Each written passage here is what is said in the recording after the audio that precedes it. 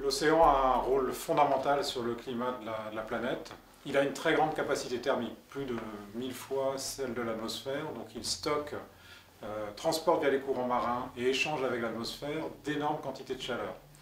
Il participe en particulier à la redistribution de chaleur stockée dans les zones équatoriales vers les pôles. Donc il régule ainsi le climat de la planète. Le rôle de l'océan sur le climat est très bien mis en évidence par le bilan énergétique de la planète.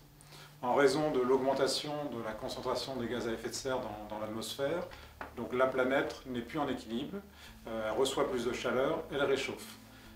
Au cours des 50 dernières années, l'océan a absorbé plus de 90% de cet excès de chaleur, ce qui montre bien son rôle essentiel sur le climat et son évolution.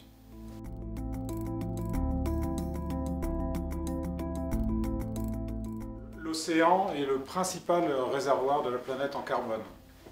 Il échange donc des quantités importantes de gaz carbonique avec l'atmosphère. C'est un cycle naturel. Ce cycle est perturbé par l'ajout par l'homme de grandes quantités de gaz carbonique dans l'atmosphère. Cela en fait réchauffe la planète et l'océan a de nouveau un rôle régulateur parce qu'il absorbe environ 30% de cet excès de gaz carbonique dans l'atmosphère. Ça régule le climat puisque en fait, ce gaz carbonique n'est plus présent dans l'atmosphère, il est dans l'océan.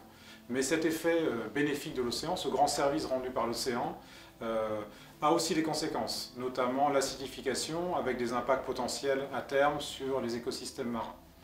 En outre, la pompe océanique de carbone pourrait se gripper dans les années à venir en raison du réchauffement climatique et des changements des propriétés de l'océan.